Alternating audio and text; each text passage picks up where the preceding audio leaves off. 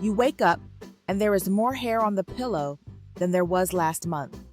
You run a hand along the part, and it sits wider than it did last year. You are cold now when the room is warm enough for everybody else. You are tired in a way that sleep does not touch anymore.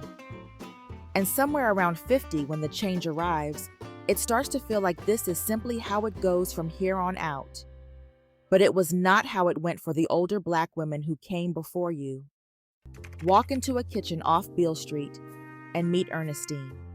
Ernestine is an older Black woman, well past 60, and her hair is still thick enough to lose your fingers in. That was never luck. That was what sat on her plate, and just as much what never once did. Today we are walking through 10 foods the older Black women skipped without anyone ever telling them to. 10 foods that kept their hair full long after the change should have thinned it out. Plus, the one thing they flat out refused to throw away. The one thing you most likely tossed years ago. And by the end, you will understand why that single thing is the reason their hair held on when nobody could hand them an answer. Here is the whole thing in one breath. Low on the throat, there is a small gland. The doctors name the thyroid. Think of it as the gas pedal for the entire body. It sets how fast the heart runs. It sets how fast the gut moves. And it sets how fast the tiny cells that build each strand of hair do their work. Ease off that pedal, and the hair is one of the very first things the body stops spending on. Because the body works in an order. When that pedal eases off, the body starts cutting whatever it counts as a luxury. And the hair sits right there at the top of that list. The heart keeps its full share. The lungs keep theirs. The hair is the thing that gets cut first. The older Black women in these kitchens never learned the name of that gland. An African-American grandmother stirring a pot off Beale Street could not have told you one fact about it. But every food that grandmother refused and every pot she stirred was quietly feeding that pedal, or starving it. And when the change came at 50 and the body wanted to slow all the way down, the food kept that pedal pressed to the floor. That is the whole game. Feed the pedal and the hair stays. Starve it and the hair walks out the door. Every food on this list either feeds it or starves it. So let us start with the ones that starve it. Food number 1, the soft white loaf that came home in the plastic bag. Now hold on, nobody is coming for the cornbread. The Black grandmother in a kitchen off Auburn Avenue baked her bread in a cast iron pan out of cornmeal, and it never once touched her hair. The trouble started later. It started when the soft white store loaf pushed that real bread clean off the table. Here is what the soft bread actually does. There is a tiny worker down in the gut whose only job is to break down wheat. In some bodies, the guard system reads that worker wrong. It sees an invader, and it goes on the attack. And the exact same worker also lives up inside the thyroid. So the attack crosses right over. Same worker sitting in 2 different places. One spot gets hit, and the gland that feeds the hair takes the blow along with it. The older Black women were barely eating that soft store bread to begin with. An African-American grandmother off Auburn Avenue stayed on the cornbread and the greens and the beans. And that quiet gland stayed calm while her hair stayed full. Food number 2, the tall, cold glass of cow milk. And I already know, nobody wants to hear this one. But watch what it does. The hair gland runs on iron. It cannot build what it needs without iron moving through the blood. And calcium and iron fight each other at the door. A big glass of milk comes in heavy with calcium, and it shoves the iron off to the side. The iron never reaches where it was going. The gland runs short, and the hair is what pays the bill. The older Black women were not sitting down to tall, cold glasses of milk. An African-American grandmother in a walk-up off Hastings Street stirred a little canned milk into the coffee and into the cornbread, and that was the end of it. That grandmother kept the iron moving through the greens and the beans and the liver. And hold on to this part for the very end. That same milk is quietly one of the biggest ways this whole body takes in a raw material it cannot run without. So when the milk leaves the plate, something has to step in and take its place. We solve exactly that at the very end of this list. Stay with me. Now, before food number 3, do one small thing for me. Walk over to wherever the salt sits in your kitchen. Look at the box or the grinder and drop one word down in the comments right now. Is it plain table salt? Is it sea salt? Is it pink salt? Or is it kosher salt? Just the one word. We read every single one that comes in, and by the time we reach the very last food on this list, you are going to know exactly why we asked. One more thing before we go on. If nobody has told you today to feed that gland, then let this be the channel that does. Tap the subscribe button so the next kitchen finds its way to you. Now back to the food. Food number 3. The fake soy hiding inside food that calls itself healthy. Now, whole soy is not the villain here. A little edamame, a little miso, on a strong body that is nothing to worry over. The trouble is, the soy that hides. Soybean oil poured into everything fried. Soy protein packed into the bars. People chew thinking they are being good. The fake meats built inside a factory. That hidden soy carries a plant compound that walks up to the gland and jams the one tool it uses to grab its raw material and build the hormone. The tool jams. Less hormone gets built. Less of it reaches the scalp. And the hair gets handed the quit signal early. The black grandmother in a kitchen off Ferris Street never once ate a bar out of a wrapper. An African American grandmother off Ferris Street never ate a meat grown inside a lab. That grandmother cooked the real thing in a cast iron skillet, and she cooked her beans up from dry. And that hidden soy never got within arm's reach of her gland. Food number 4, the cheap yellow oil in the tall clear bottle. This is the quiet fire, not a fire you can see with your own eyes. A low invisible burn running through the body. And these cheap oils are the fuel that keeps it lit. Soybean, corn, canola, sunflower, cottonseed, anything that just says vegetable oil across the front of the bottle. That burn hits the hair twice over. It winds up the attack on the gland, and it inflames the root of the hair head on. 2 hits out of 1 bottle. Now think about what the older black women actually cooked in. Not that clear plastic bottle off the store shelf. The black grandmother in a kitchen off Central Avenue cooked in real fat she rendered herself and kept in a can on the back of the stove. An African American grandmother off Central Avenue was not pouring factory oil over every single meal. Her fat came straight out of real food, and that low fire stayed low. Food number 5, the fried food from the window you drive up to. This is food number 4, turned all the way up. That same cheap oil, except now it has been sitting in a fryer since morning, cooked over and over until it turns dark and thick. Every time that oil gets used again, the fire it feeds burns a little hotter. So the fried food from the drive-up window is the single hardest hit your gland can take from one meal. The older black women fried their food too. Nobody here is pretending they did not. But the black grandmother in a kitchen off U Street fried hers fresh in her own pan in fat she could see with her own eyes. An African American grandmother off U Street was not eating oil. A stranger had run through the fryer 100 times before her.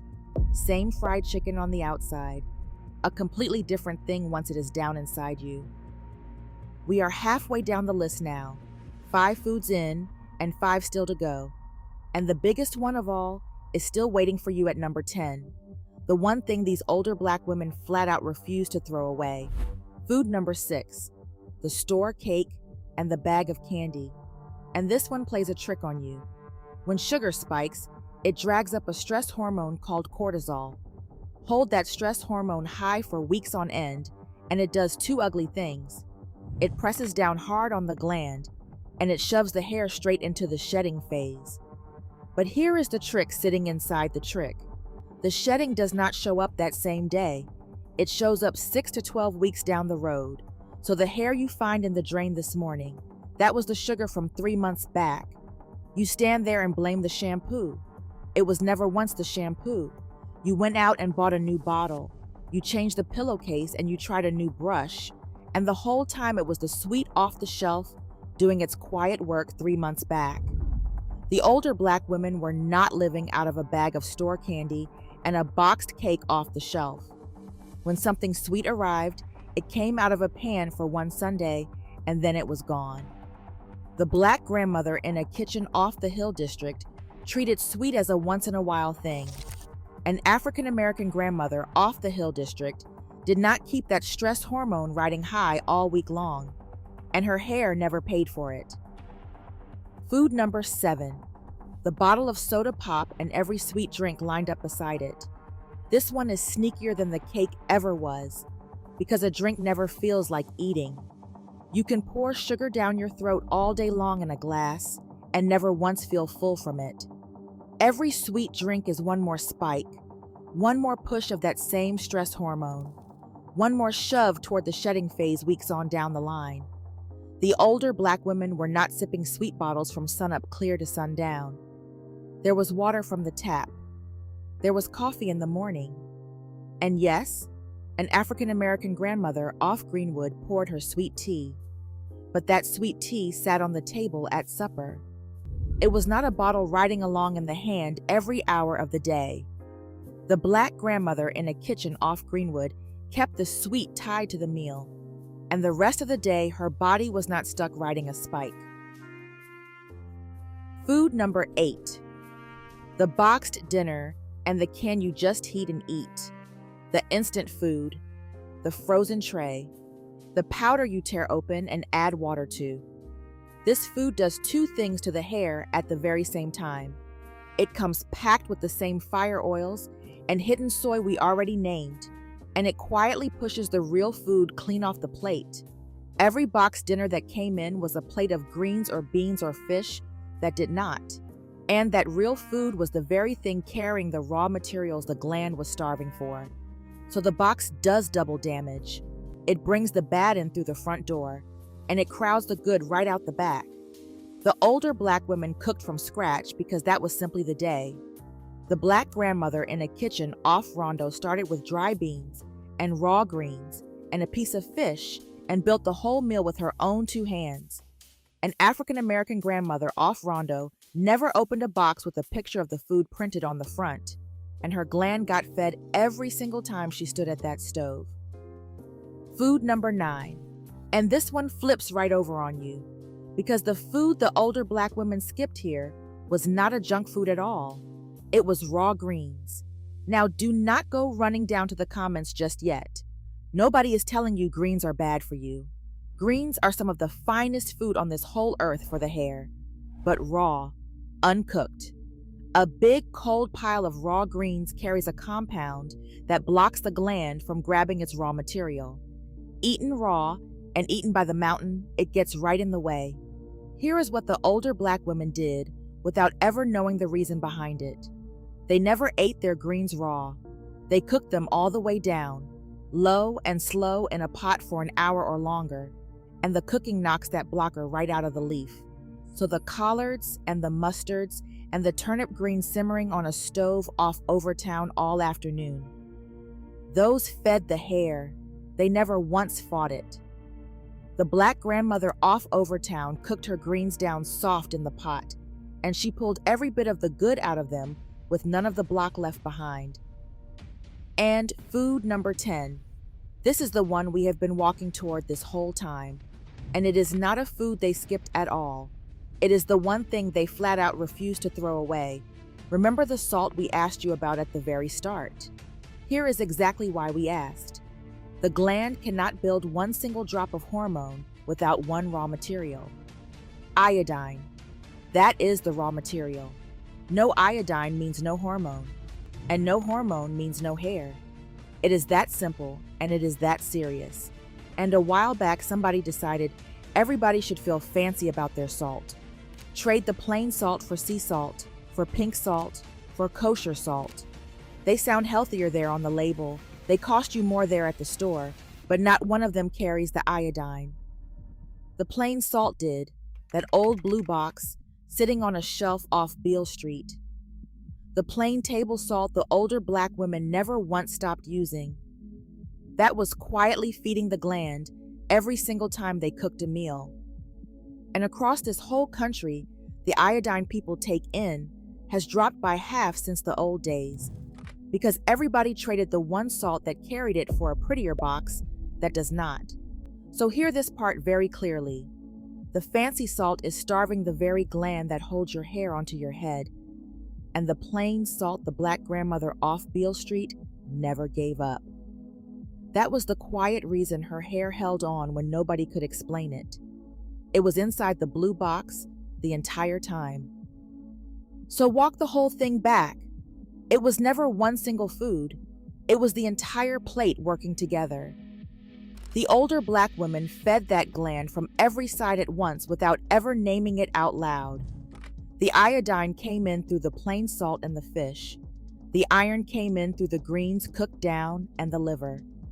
And the fire that eats away at everybody else stayed low, because the factory oil and the hidden soy and the all-day sugar never got a foothold. Ernestine standing at a stove off Beale Street was not doing one thing you cannot do yourself.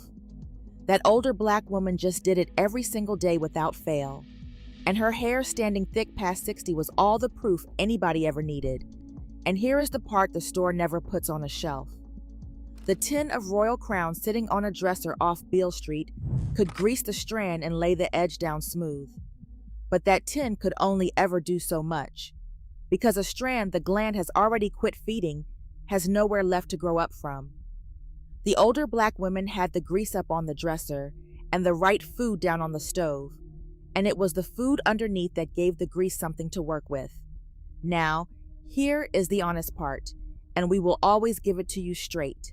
If your hair is truly coming out in the sink, and it will not slow down no matter how you eat, go and get your own blood looked at by your own doctor. Ask them to check that gland by its name. There is no shame in any of it. The food carries you a long way. Your own doctor carries you the rest of the way home. And if you want the whole plate written out plain for you, every food these older black women leaned on to keep their hair full, laid out simple enough to cook this very week. It is all waiting inside the guides over at blackgrandmasvault.com. The hair guide walks you through the entire thing step by step. And if this kitchen fed you something worth keeping today, then do two things for me. Tap that subscribe button so the next kitchen finds its way to you. And then go tell me down in the comments which of the 10 foods you are cutting out first. We read every single one. So this week, pick just one of them. Cut it out. Keep it out for 5 more weeks. And then come right back here and tell me what your hair is doing. One food, 6 weeks. That is where all of it starts.